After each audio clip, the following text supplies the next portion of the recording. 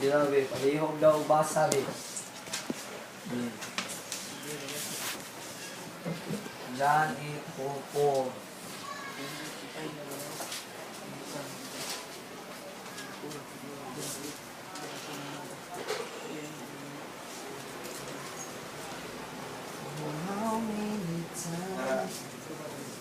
Sino?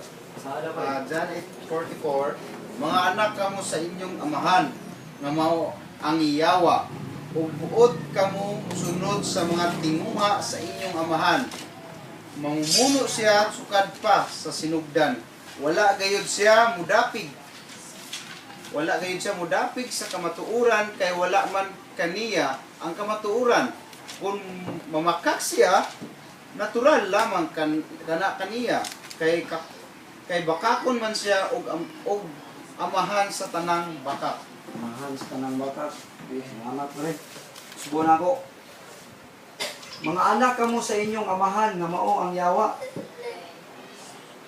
Wa?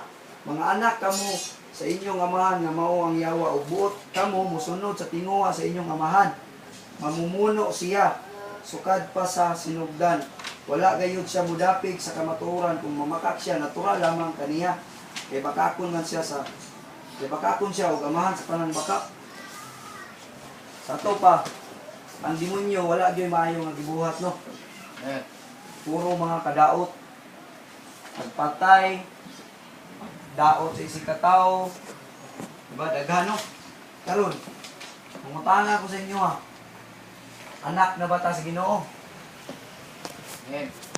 Uy, may magkubag. Amen. Ha? Hinay man lagi. Men. Kung anak ka sa Ginoo, masulti tayo. Amen! Amen! Usog yun.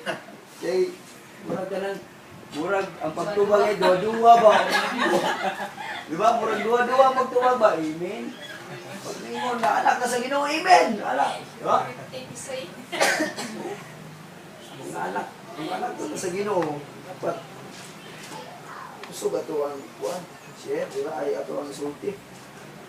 Mabitaw ang Satanas wala gyud siya, di ba? Nagiingon sa ang Satanas nagbuhat og mga dili maayong mga gipanghimo, di ba? Kaya ang pagpangawat, pagpatay, pamakak, sa pana, di ba? Kabalo naman kita na.